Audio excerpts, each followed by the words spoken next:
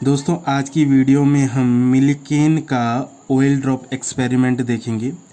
ये हमें ज़्यादा नहीं देखना, बस इसमें ये याद रखना है कि इसके द्वारा मिल्केन ने इलेक्ट्रॉन का चार्ज फाइंड किया था और कितना था 1.6 इंटू 10⁻⁻19 कूलम।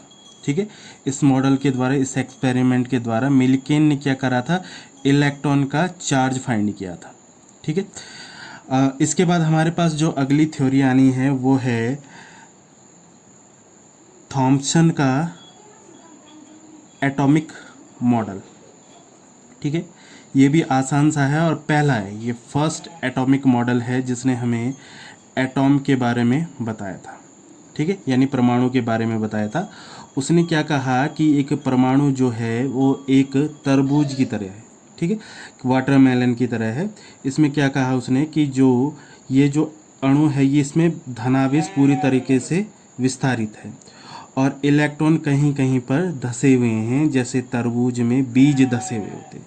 तरबूज का जो लाल पार्ट होता है वो पॉजिटिव आवेश होता है, हमारा धनात्मक आवेश है, और ये इलेक्ट्रॉन बीज की तरह ऋणात्मक आवेश इसमें धसे हुए हैं, इसलिए इसको तरबूज मॉडल भी कहा जाता है, या इसको प्लम पुडिंग मॉडल भी कहा जाता है। स्पेलिंग देख लेना आप लोग, ये कहा जाता है। ठीक है, तो ये थॉम्सन का एटॉमिक मॉडल है जिसमें उसने कहा कि धनावेश पूरी तरीके से विस्तारित होता है किसी एटॉम में और इलेक्ट्रॉन उसमें धसे हुए होते हैं, जैसे तरबूज में बीज धसे हुए होते हैं।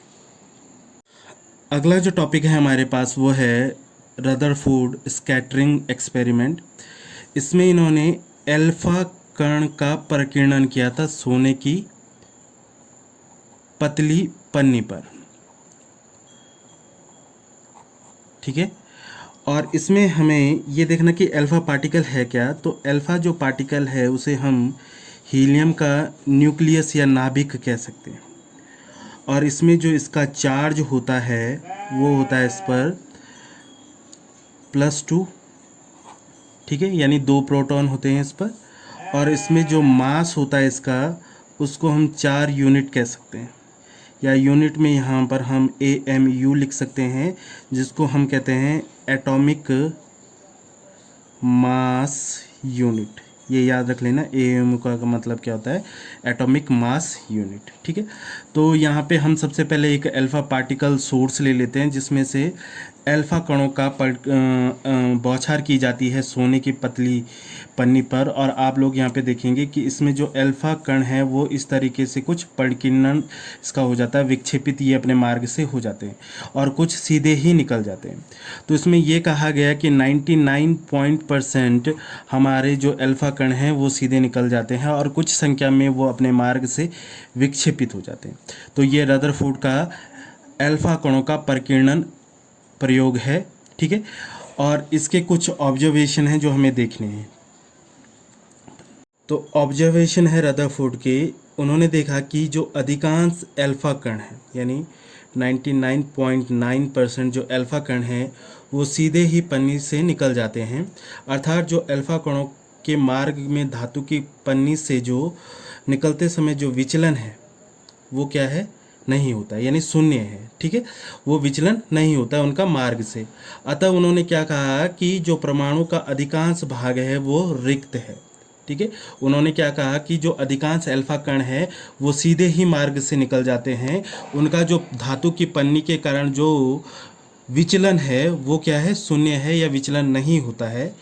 इसके आधार पे उन्होंने कहा कि परमाणु में जो अधिकांश स्थान है वो रिक्त है, एम्प्टी है। इसके बाद उन्होंने जो अगला ऑब्जर्वेशन था उन्होंने कहा कि कुछ अल्फा कण धातु की पन्नी से प्रतिकर्षित होकर वापस लौट आते हैं। तो अतः उन्होंने क्या कहा कि परमाणु में कुछ धनावेशित एवं भारी कण है। ठीक है, उन्होंने क्या कहा कि कुछ अल्फा कण धातु की पन्नी से प्रतिकर्षित होते हैं और अपने मार्ग में थोड़े से विचलित हो जाते हैं। ठीक है, इसके आधार पर उन्होंने क्या कहा कि परमाणु में कुछ धनावेश है, कुछ भारी कण है। और तीसरा और इम्पॉर्टेंट जो ऑब्जर्वेशन था वो ये था कि बहुत कम, कितने, 20,000 में से एक अल्फा कण अपने मार्ग में पुनः वापस लौट कर आता है। मतलब वो ये अगर धातु की पन्नी है, इसमें अगर ये अल्फा कण इस तरीके से जा रहा है तो मात्र 20,000 में से एक अल्फा कण पुनः इसी मार्ग पर लौट जाएगा। ठीक है, तो ये हमारे रदरफोर्ड का अल्फा कण का प्रकीर्णन का प्रयोग था, जिसके आधार पर हमने 3 ऑब्जर्वेशन देखे। अब हम देखेंगे रदरफोर्ड का एटॉमिक मॉडल। रदरफोर्ड का एटॉमिक मॉडल है, इसमें इन्होंने कहा कि जो परमाणु है वो गोलाकार है। पहली बात ये कही कि जो हमारा परमाणु है वो क्या है, गोलाकार है, अति सूक्ष्म है यानी बहुत छोटा है, और विद्युत उदासीन है। विद्युत उदासीन क्यों है हम बाद में देखेंगे, लेकिन ये तीन चीज़ें उन्होंने कही कि परमाणु गोलाकार है, अति सूक्ष्म है और विद्युत उदासीन है। एक चीज़ उन्होंने कही कि जो इस गोलाकार परमाणु का जो केंद्र है उसमें समस्त धनावेश उपस्थित है।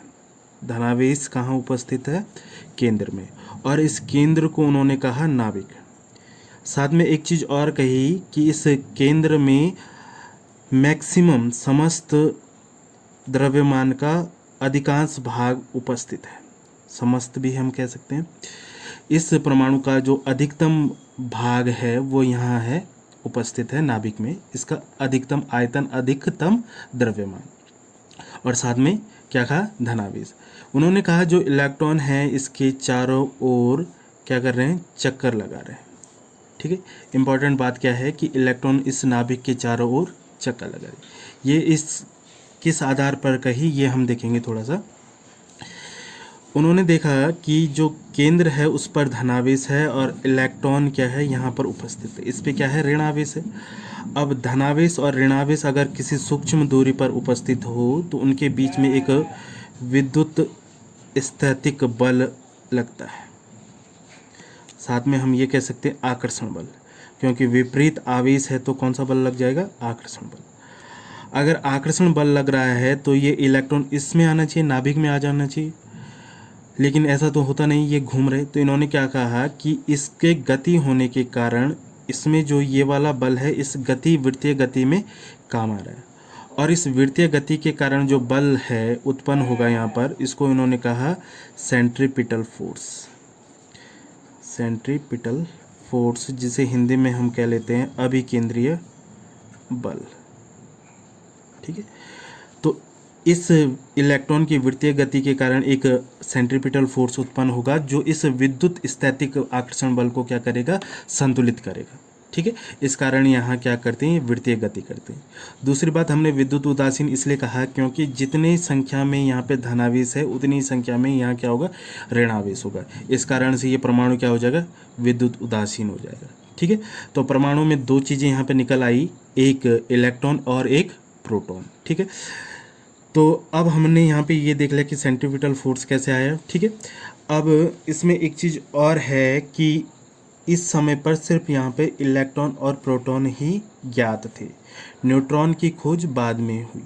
ठीक है, तो ये हमारा रदरफोर्ड का मॉडल है, जिसके आधार पर उन्होंने 3 चीज़ें कही हैं कि इलेक्ट्रॉन होते हैं, प्रोटॉन होते हैं, समस्त धनावेश जो है वो हमारा नाभिक में है, जो समस्त द्रव्यमान है वो लगभग सारा कहाँ है, नाभिक में है। ठीक, तो ये रदरफोर्ड, इस रदरफोर्ड की कुछ कमियां भी थी मॉडल की। तो पहली जो कमी है वो देख लेते हैं हम। पहली कमी ये थी कि ये परमाणु के स्थायित्व के बारे में बात नहीं कर पाया। स्थायित्व यानी स्टेबिलिटी। ठीक है, तो ये परमाणु के स्थायित्व की स्टेबिलिटी के बारे में बात नहीं कर पाए। क्यों? क्योंकि एक वैज्ञानिक थे मैक्सवेल, उन्होंने कहा कि अगर कोई चार्ज पार्टिकल है जैसे इलेक्ट्रॉन है, अगर वो एक्सेलरेटेड है यानी त्वरित गति कर रहा है, ठीक है, क्योंकि हमें पता है कि जब वृत्तीय गति करता है तो उसका वेग जो है वो बार बार परिवर्तित होता रहता है, तो वेग परिवर्तन को ही हम क्या कहते हैं, त्वरण कहते हैं। तो इसका मतलब इलेक्ट्रॉन क्या है, त्वरित गति कर रहा है। तो मैक्सवेल ने कहा था कि कोई भी चार्ज पार्टिकल अगर त्वरित गति करता है तो वो रेडिएशन उत्पन्न करता है। ठीक है, रेडिएशन को हम कह सकते हैं रेडिएशन को हिंदी में देख लेंगे, आप देख लेना। रेडिएशन को उत्पन्न करता है और एनर्जी को लूज करता है, यानी ऊर्जा का ह्रास होता है। क्या होता है? ऊर्जा का ह्रास होता है। इस आधार पे क्या है, अगर कोई इलेक्ट्रॉन त्वरित गति करेगा और ऊर्जा का ह्रास करेगा तो वो नाभिक में आ जाएगा, और नाभिक में आ जाएगा तो क्या हो जाएगा, जो परमाणु है वो नष्ट हो जाएगा। एक तो ये था। दूसरी कमी जो इसकी इम्पोर्टेंट थी, ये कभी भी हाइड्रोजन स्पेक्ट्रम को एक्सप्लेन नहीं कर पाए। हाइड्रोजन स्पेक्ट्रम की व्याख्या नहीं कर पाए। ठीक है, स्पेक्ट्रम हिंदी में ऐसे लिख लेंगे कि व्याख्या नहीं कर पाए। तो ये दो महत्वपूर्ण कमियां थी रदरफोर्ड मॉडल की, जिसमें एक तो वो परमाणु के स्थायित्व के बारे में बात नहीं कर पाया, दूसरा वो हाइड्रोजन के स्पेक्ट्रम को नहीं समझा पाया। किसी परमाणु को इस प्रकार निरूपित किया जाता है, और इसमें जो Z होती है ये होती है परमाणु संख्या, एटॉमिक नंबर, और A ये होता है हमारा द्रव्यमान संख्या।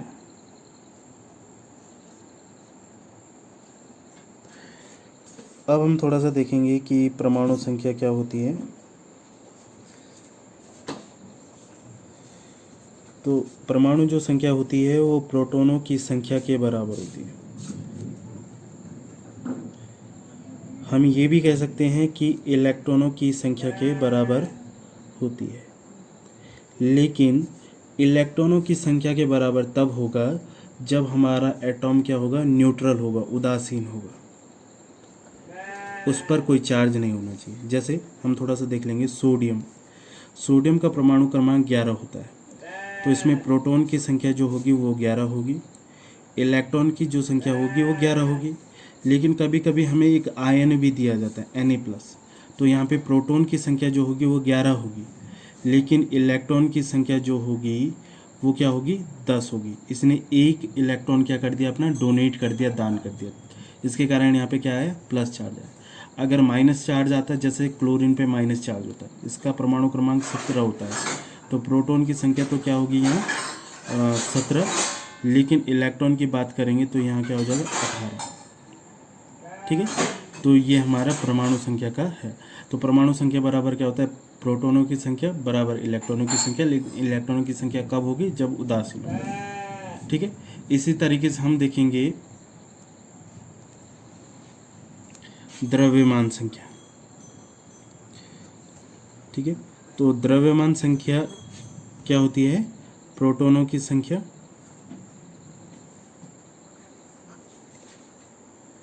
प्लस न्यूट्रॉनों की संख्या। ठीक है, तो ये दो हमारे जो फॉर्मूले हैं, इस पर प्रश्न आ सकते हैं। तो ये आप लोगों को याद रखना है कि प्रोटॉनों की संख्या परमाणु क्रमांक के बराबर होती है, और द्रव्यमान संख्या क्या होती है हमारी, प्रोटॉनों की संख्या प्लस न्यूट्रॉनों की संख्या। न्यूट्रॉन आप लोगों को पता होंगे, प्रोटॉन हमारे कहाँ पाए जाते हैं, नाभिक में पाए जाते हैं। ठीक है, न्यूट्रॉन पता होना चाहिए कि ये उदासीन प्रकृति का होता है, इसमें कोई चार्ज नहीं होता है, और प्रोटॉन पे प्लस चार्ज होता है, या पॉजिटिव चार्ज होता है, या धनावेश होता है।